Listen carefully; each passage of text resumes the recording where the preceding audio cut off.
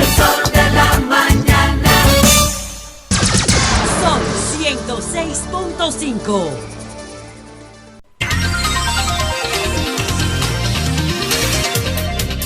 6:59. Buenos días, dominicanos, dominicanas, ciudadanos, ciudadanas del mundo. Julio Martínez Pozo, los comentarios de los temas más importantes en el programa de mayor influencia de la radio y la televisión nacionales. En este jueves 30 de julio, año 2020, buenos días a todo el equipo del Sol de la Mañana, a toda la audiencia de Sol, la teleaudiencia de Telefuturo, Canal 23. Buenos días, pues, a las teleaudiencias de los canales 29, que es Teleuniverso, y el canal 24. Estos dos últimos con el Sol de la Mañana a partir de las 9 de la mañana.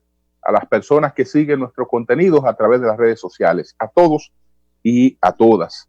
Entonces, señores, en este jueves tan especial, porque estamos bajo los efectos, ¿no?, de una tormenta tropical que hasta ahora lo que nos depara son lluvias, pero las lluvias para nosotros son importantes en todos los sentidos. Primero, nos traen agua, el agua siempre buena, pero el agua sobreabundante es la que hace también los mayores daños en el país. Entonces, estos son los temas, precisamente los efectos de una tormenta que pueden agravar la crisis sanitaria actual, el horizonte de la industria eléctrica nacional, que hoy está en sus mejores tiempos, y me refiero a la posición, lo que anunció ayer el presidente de la Reserva Federal de los Estados Unidos, y digo que la Reserva Federal confiesa que la bola no está en su cancha, y lo voy a explicar en mi comentario. Pero antes hay dos informaciones, una muy triste y una positiva, para compartirla con ustedes. La que apena mucho es la de el fallecimiento del escritor, del periodista, del promotor cultural, del activista, del enamorado de Monteplata, pues Edgar Reyes, que lamentablemente falleció en el día de ayer de un infarto cardíaco. Edgar, que tantas cosas hermosas escribió, que él fue que escribió las letras del que es conocido como el himno de Monteplata, pues falleció en el día de ayer. Así es que nuestra solidaridad con su familia y con todo Monteplata, y con la gente que siempre trabajó de manera muy cercana con él, Maribel Contreras, por ejemplo, que siempre anduvo muy de la mano de Edgar Reyes. Así es que nuestra solidaridad con todos ellos. Y por otra parte, pues esta noticia positiva, que es la visita que ha hecho el próximo ministro de Turismo, David Collado, que se ha ido a Pensilvania, y allá el ministro,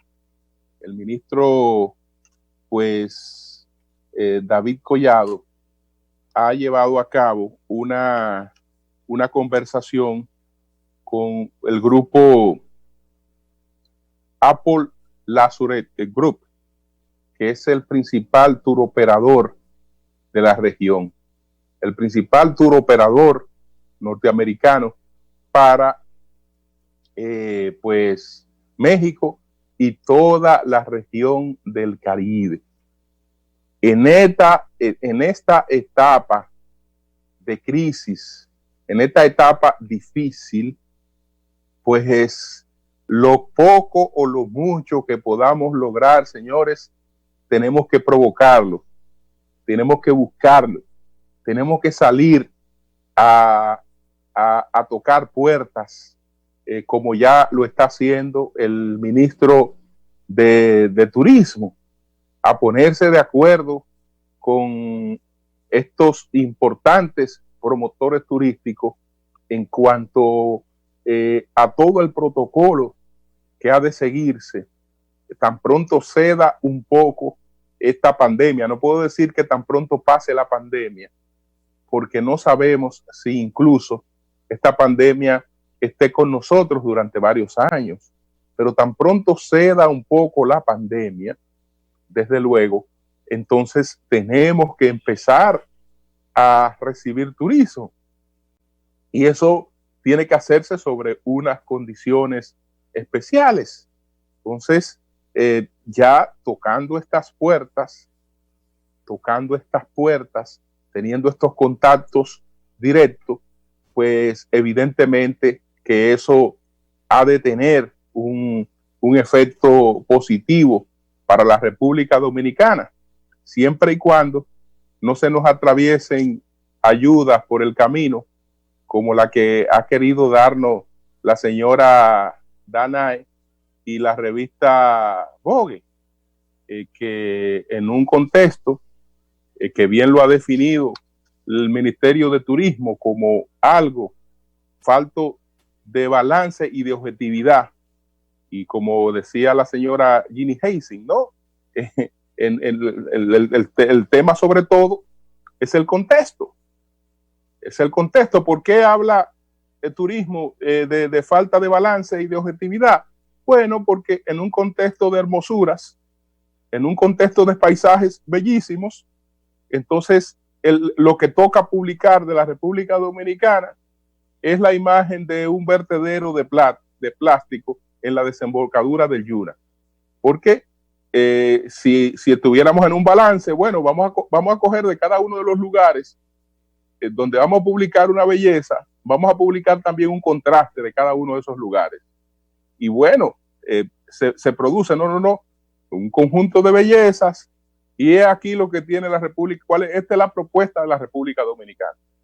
Es decir, una cosa que realmente es un golpe a la imagen del país. Entonces, siempre y cuando no nos encontremos con ayudas como esa, tenemos la posibilidad de salir adelante, porque la gente en algún momento va a salir. Fíjense que ahora, en medio de esta crisis, hay una situación paradójica. Si le doy una información, ustedes no la van a creer. Consulten a vendedores de villas y consulten a vendedores de vehículos de lujo lo que está ocurriendo con ese mercado. Señores, ustedes saben que en esta etapa de ralentización de la economía se están vendiendo más vehículos de lujo y se están vendiendo más propiedades vacacionales, incluso más yates se están vendiendo en esta época de ralentización económica. ¿Usted sabe lo que ha pasado? Que mucha gente con sus ahorros, con capital, que ha vivido una vida con cierta austeridad, con ciertas limitaciones, al ver que muchos amigos lamentablemente han partido con la cuestión esta del coronavirus, han dicho, no, pero espérate un momentito, esto es prestado que estamos aquí hay que vivir el día a día. Y entonces se han decidido hacer algunos gastos adicionales para tratar de vivir una vida un poquito más placentera en función de sus posibilidades, porque bueno, fulano se pasó toda la vida trabajando, acumuló una fortuna y él se fue, y a la fortuna ahora se ha quedado. Entonces, como es probable, yo no sé si yo me voy, pero yo me voy con algún gozo, viviendo un poquito más la vida, y se ha crecido ese mercado. Ustedes lo pueden comprobar con de cualquier vendedor de villas que usted conozca. Pregúntele lo que está pasando, o de vehículos de lujo. Pregúntele si ese mercado no ha estado activo justamente por esa situación. Entonces, esto quiere decir que también la gente de que puede darse su escapadita se la va a dar. Se la va a dar. Decía, no, yo me tomaba ¿cuántas vacaciones al año? Yo me tomaba una. No, en lo adelante yo me voy a tomar 2 vacaciones al año. Voy a tomar 2 vacaciones al año, vamos a tomar esto más suave, vamos a vivir un poquito más, porque todo se queda. Entonces, en esa postura habrá turismo y el turismo tendremos que manejarlo con protocolo, pero habrá turismo. Entonces, qué bueno que el ministro David Collado está consciente de que no, eso hay que trabajarlo. Y fíjense que él no ha esperado estar allá sentado en el despacho, aprovechando este tiempo en que no tiene un compromiso con una agenda diaria aquí, pues ha salido a hacer una serie de contactos para adelantar ya los resultados de lo que será su gestión. Así es que turismo, yo creo que es un ministerio dichoso, de un gran ministro que se llama Francisco Javier García a otro gran ministro que se llama David Collado. Así es que quería compartir eso y saludarlo. Bueno, entonces vamos con relación a lo de la tormenta. Sabemos que tenemos alerta roja y alerta amarilla. Pues estamos hablando de la alerta roja, estamos hablando de la Altagracia, la Romana, San Pedro de Macorís, San Cristóbal, Santiago y el Distrito Nacional. Entonces, estamos hablando de alerta amarilla de la provincia de Espaillá, Montecristi, El Ceibo, Samaná, Puerto Plata, Atomayor, San José de Ocoa, San Juan, María Trinidad Sánchez, Monteplata, Peravia, Barahona, Pedernales, Bauruco, Azua, San Francisco de Macorís, entre otras. Y verde, estamos hablando de Hermanas Mirabal, de Independencia, de Dajabón, de Elías Piña, de La Vega, de Monseñor Noel, de Sánchez Ramírez, etcétera. Lamentablemente, pues tenemos como telón de fondo una pandemia que entre las medidas para poderla contener está el distanciamiento físico. Y resulta que cuando nos llega una tormenta y tenemos a muchas personas que viven en el entorno de ríos y de arroyos, que aunque duran gran parte del tiempo secos, sin ni siquiera dar apariencia de que por allí había un río o un arroyo, pues cuando hay un desborde de aguas, buscan su cauce y causan grandes desastres. Todos esos lugares están debidamente identificados por las autoridades, y en tiempos normales, ¿qué se hace con la gente? Pues identificar los refugios y llevarlas a refugio. Ahora habrá que hacer lo propio, pero los refugios, desde luego, no tienen las posibilidades de lo que se requiere, que es el aislamiento. De manera que esto es una complicación dentro de esta situación. Si bien es cierto que no esperábamos el huracán, la fuerza del huracán, sino la de una tormenta, y cuyas consecuencias hasta ahora son las de las aguas son las que más daños han hecho tradicionalmente en la República Dominicana. Vivimos la experiencia del huracán David en el año de 1979 y de la tormenta Federico. El huracán David, pues sus ráfagas no hicieron tanto daño en términos de las muertes como sí lo hicieron pues las aguas de la tormenta Federico. Entonces las aguas siempre son un motivo de alerta y de preocupación para nosotros, así como también representan una bendición de la naturaleza. Ya veremos un poco más adelante con las autoridades cuál es la situación nuestra. El gobierno pues ha tomado las previsiones del lugar, las autoridades han estado muy pendientes de todo lo que ocurre.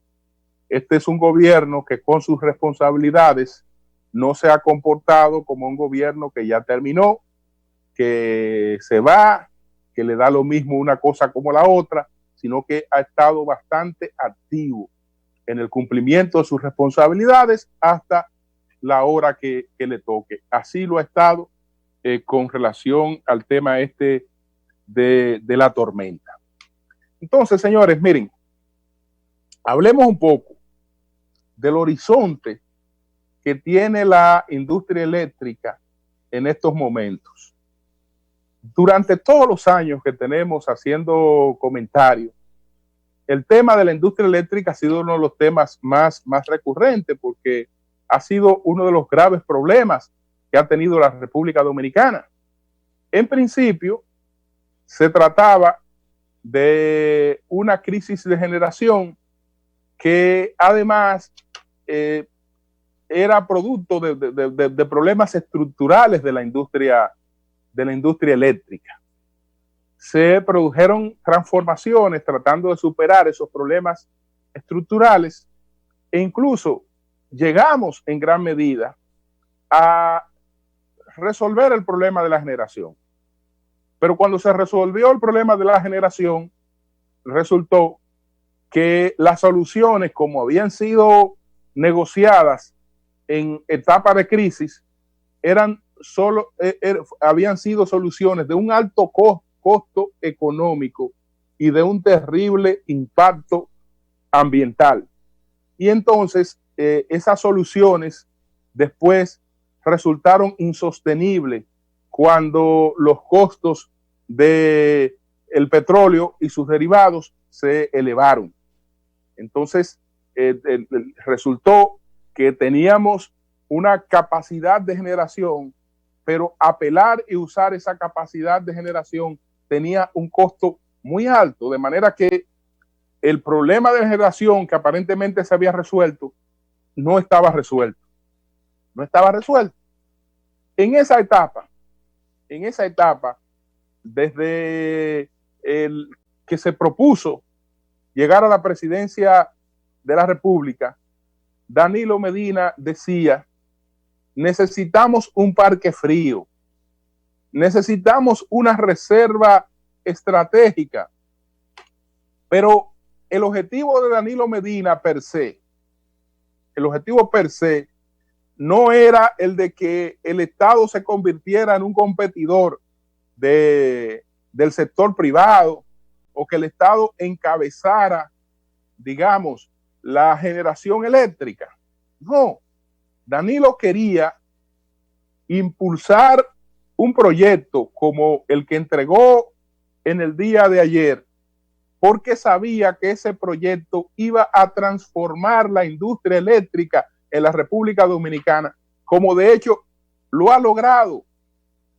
Cuando hemos llegado a la inauguración de Punta Catalina, no hemos llegado pura y simplemente a la inauguración de Punta Catalina. Hemos llegado a la despedida formal de la generación energética con fuel oil, con gasoil, de alto impacto ambiental y de alto costo. Eso se despidió. ¿Y cómo se despidió eso? Eso se despidió con Punta Catalina. ¿Por qué? Porque cuando el sector privado ve que hay 752 megavatios que, si bien es cierto que parten de un combustible fósil, es un combustible con unos costos mucho más económicos que los derivados del petróleo, y con la tecnología de la que está dotado, tiene un impacto ambiental favorable, porque si bien es cierto que hoy en el mundo hay una contraindicación a la producción de energía a partir del carbón, eso mismo ha hecho que se desarrollen una serie de tecnologías para poder aprovechar aún el carbón. Y ahí están desarrolladas esas tecnologías en Punta Catalina. Entonces, ¿qué dice el sector privado? Pero ven acá, vienen 752 megavatios, con lo que nosotros no podemos competir generando combustible con este gasoil carísimo y además de un alto impacto ambiental. Bueno, se fue ese parque inmediatamente a una transformación. Y entonces, los 700 y tantos megavatios, 750 megavatios hoy que están en manos del sector privado, están con gas natural. Con gas natural. Desde luego, no proclamamos todavía que hay la situación a la que debemos aspirar. ¿Por qué? Porque el gas natural es un combustible fósil. Todos los combustibles fósiles son el carbón, el gas natural y el petróleo y sus derivados. Esos son los combustibles fósiles.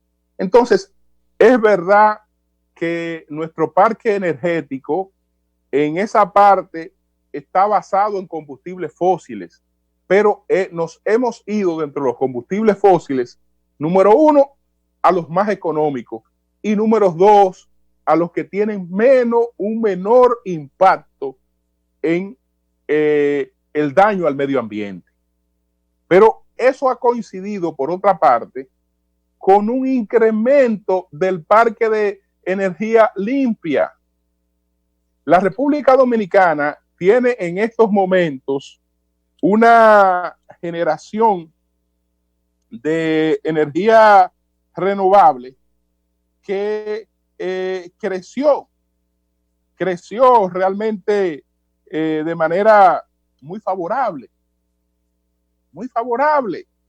Yo creo que cuando Danilo Medina llegó en el 2012, aquí no habían 100 megavatios de energía renovable. Entonces, está dejando 672 megavatios de energía renovable. Estamos hablando de energía eólica y estamos hablando de energía solar.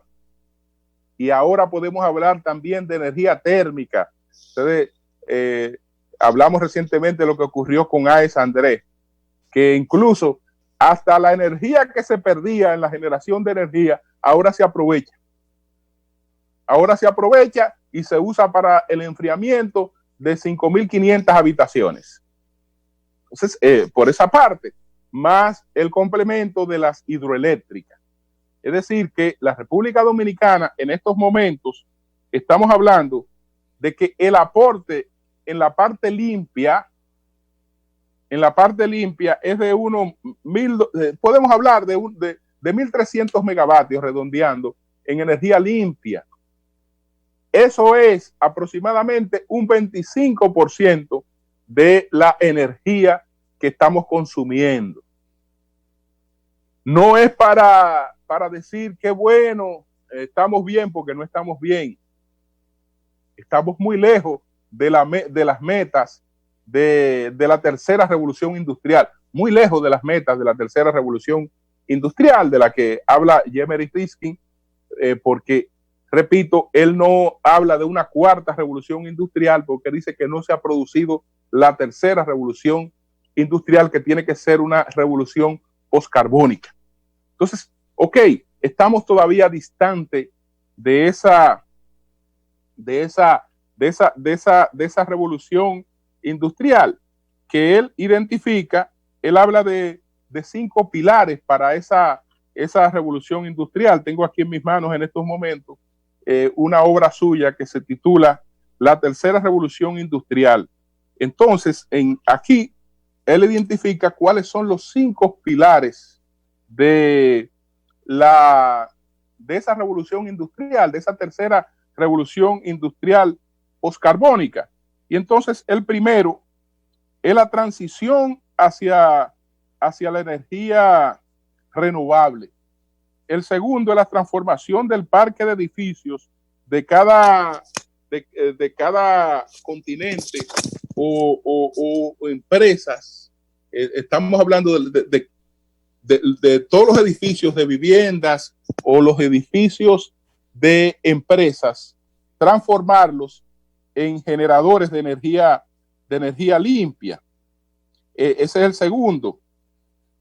El tercero es el despliegue de las tecnologías del hidrógeno y de otros sistemas de almacenaje energético en todos los edificios y a lo largo y ancho de la red de infraestructura. El cuarto es el uso de tecnología del Internet para transformar la red eléctrica en cada continente. Y el quinto es la transición de la actual flota de transporte hacia vehículos de motor eléctrico con alimentación de red. Esos son los 5 pilares de lo que sería la tercera revolución industrial, que es una revolución postcarbónica.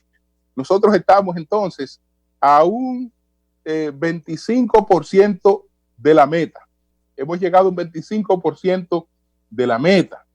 Como las transformaciones son graduales, ojalá que si Danilo Medina ha dejado la generación de energía limpia en un 25%, pues Luis Abinader la encamine. Y como este 25% Danilo lo ha conseguido en 2 gestiones, pues ojalá que Luis Abinader por lo menos en esta primera gestión nos lleve a un 35, a un 37 o a un 40% de energía limpia, ampliando ya ese parque con el que se encuentra, porque va a tener una ventaja. El beneficio de esta generación más económica, que supone un ahorro para el Estado. Señores, las EDE, nada más las EDE, desde que ha empezado a funcionar Punta Catalina, van a tener un ahorro de $250 millones al año. Si ese ahorro de 250 millones de dólares al año por el costo más económico, bueno, el costo del kilovatio estaba a 14 centavos de dólares, ahora está a 4. Póngalo a 5, póngalo a 6. Usted lo puede poner a la mitad por cualquier circunstancia que ocurra y como quiera es una gran ventaja, pero está a 4. 250 millones de dólares menos para las sedes, pero para el Estado, para el gobierno y sus finanzas son 200 millones de dólares menos. Señores, ¿usted sabe de qué estamos hablando? De que nos estamos ahorrando de entrada, sin lo que aporte de ganancia, sin lo que aporte con su trabajo, sin lo que aporta con la energía que venda Punta Catalina, nada más de entrada hay un ahorro de 450 millones de dólares que antes lo quemábamos. Es decir, ¿usted sabe para qué usábamos los 450 millones de dólares que se queman en combustibles fósiles? Para hacer un daño terrible al medio ambiente y a cambio no te están dando la eficiencia que tú requieres en estos momentos. Entonces, ayer creo que fue Jaime Aristi que definió a Punta Catalina como la joya del sector eléctrico, y lo es. Ojalá, presidente Luis Abinader, que usted la administre como lo que es, como una joya que usted ha encontrado ahí. Una joya, usted es un privilegiado en esa materia, porque si tuviera algún cuestionamiento Punta Catalina de todo lo que podrían producirse una vez se hagan todas las investigaciones que hay que investigar, ningún cuestionamiento se le pega a usted. Ningún cuestionamiento se le pega a usted. Es decir, todo lo malo que tenga Punta Catalina se le va a pegar, no se le pega a usted, a usted nada más se le va a pegar el beneficio. Eso sí, póngale en manos confiables, póngale en buenas manos, porque en el entorno suyo hay gente que siempre habló muy mal de Punta Catalina. Esa gente no debe tener pues una intervención directa en Punta Catalina, porque es una gran inversión de la que está muy consciente todo el sector privado. Pero ayer se produjo también otro palo. ¿Cuál era el cuestionamiento? Uno de los cuestionamientos y que hablaban de una práctica ahí, la propiedad del terreno. Bueno, la propiedad del terreno es totalmente estatal, es decir, ahí hay una inversión que es totalmente del Estado, incluso en condiciones tan favorables que prácticamente con lo que era la transacción, para llamarle de algún modo, al alquiler de los terrenos, pues los terrenos fueron comprados y adquiridos por el Estado, y eso se anunció en el día de ayer.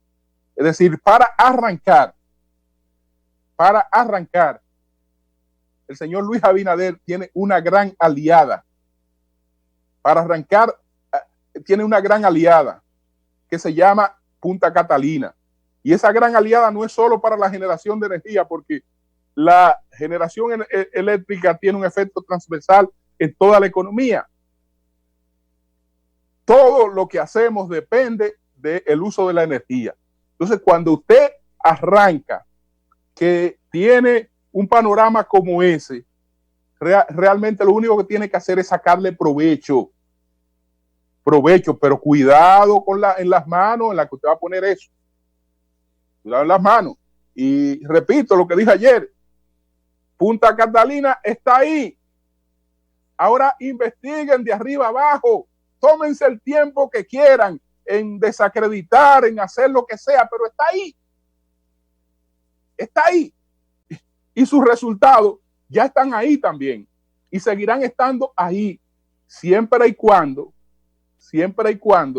eso tenga el manejo apropiado.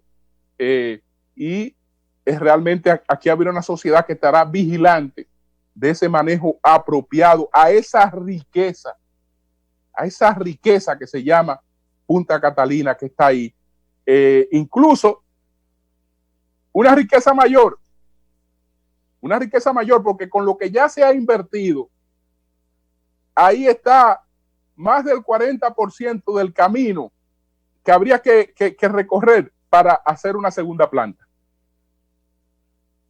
Porque están los terrenos, está toda la infraestructura que se ha hecho para Punta Catalina, que ya no se volverá al mismo costo, y está la experiencia que se vivió con relación a Punta Catalina. Así es que qué bueno. Eso quería decirlo antes de pasar con lo que planteó ayer el señor Jeremy Powell. Es el presidente de la Reserva Federal de los Estados Unidos. El señor Powell insistió mucho en una cosa que no sé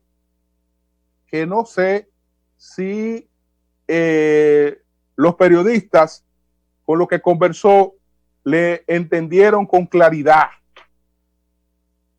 porque él habló en un lenguaje que no fue directo,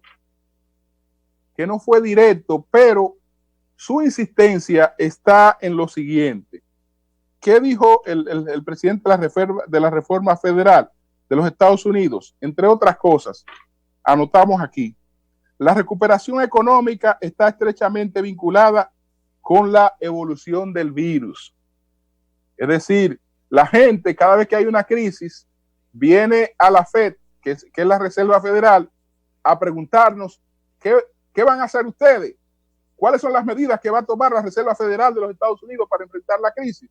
Entonces, lo primero que le dice, un momentito, esto está estrechamente vinculado a la evolución del virus, y la evolución del virus no la controla la Reserva Federal de los Estados Unidos. De manera que ya ahí le está diciendo, no, aquí hay cosas que escapan a nosotros. En segundo lugar, él dice que el aumento de los casos de COVID-19 empieza a pesar en la economía, y dice que la recuperación depende de las políticas públicas de apoyo que se tomen. Ahí está diciendo otra vez, la recuperación económica esta vez, en este tipo de crisis, no depende de las medidas que tome la Reserva Federal, depende de las políticas públicas que se adopten. Que se adopten, es decir, ni controlamos el virus, ni manejamos las políticas públicas que hay que adoptar para enfrentar esta situación. Entonces, él entiende que los consumidores no volverán a gastar hasta que se sientan seguros de volver a hacerlo. Y está por otra parte que la Reserva Federal ha dado facilidades para que otros homólogos como Brasil, Australia, los países nórdicos puedan acceder a dólares fáciles. Hay varias cosas ahí que explicar brevemente. ¿Cómo actúa la FED? Es decir, ¿cómo trabaja la FED, la Reserva Federal? ¿Cómo es que ella impacta en la economía de los Estados Unidos? A través del control monetario. ¿Cómo controla la moneda? ¿Cómo controla el dólar? La Reserva Federal de los Estados Unidos. De manera muy sencilla. Manejando, digamos, la masa monetaria. ¿Cómo maneja la masa monetaria? Cuando quiere promover inversión, cuando necesita la economía un cierto calentamiento, entonces la Reserva Federal va y le compra los bonos del tesoro a los bancos, los mismos bonos que la Reserva Federal le vende. Es decir, yo te vendí a ti tantos miles de millones de dólares en bonos del tesoro de los Estados Unidos. Ahora vengo a comprarte esta parte para que tú tengas liquidez y esa liquidez te permita poner el dinero en manos de la gente a un costo más económico.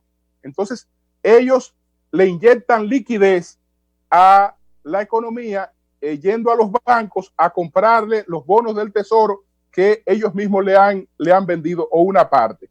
Cuando quieren recoger parte de esa masa monetaria, pues van y le compran los bonos a los bancos otra vez y los guardan por un tiempo. Eso es lo que hace la FED.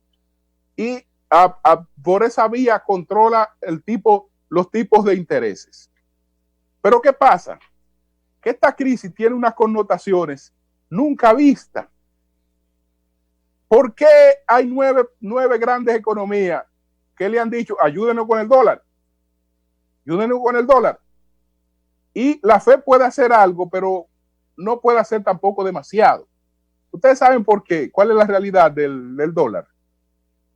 La economía de Estados Unidos, en Estados Unidos, no circula ni siquiera el 50% de la cantidad de dólares que se emiten. En Estados Unidos es la parte del mundo, digo, si lo comparamos con todo el mundo, desde luego, en Estados Unidos es el lugar del mundo donde menos dólares hay. Porque si hay, por ejemplo, una masa monetaria, es un ejemplo, ¿no verdad? De $1,000 millones. Es un ejemplo, ¿no? Porque tendríamos que estar hablando de billones de dólares, pero un ejemplo. Si hay una masa monetaria de $1,000 millones, miren, no llega a un 50% la que se maneja en los Estados Unidos. El dólar tiene una realidad. Casi el 56% se maneja en el exterior. Y la otra realidad es que se maneja en operaciones que tienen que ver con evasión de impuestos, con lavado de activos, con narcotráfico. ¿Quiénes tienen los dólares en el mundo? ¿Quiénes tienen los dólares en el mundo? ¿Quiénes tienen los dólares? ¿Quiénes manejan dólares físicos en el mundo? O los que andan evadiendo impuestos, o los que andan en cuestión de lavado de activos, o los que andan en actividades ilícitas de contrabando de armas, de contrabando de droga y una serie de cosas. ¿Por qué? Porque la actividad económica formal no maneja dólares físicos. Usted no se da cuenta que en Estados Unidos, de que usted saca una papeleta de $100, usted es un sospechoso. Usted es un sospechoso. No. Es que una gente normal no ve peso, ni necesita manejarse con peso. Tiene tiene algo elemental, pero no necesita manejarse con los dólares de manera física. La actividad formal no maneja dólares físicos. Entonces, como todo esto está resentido, hay una serie de medidas.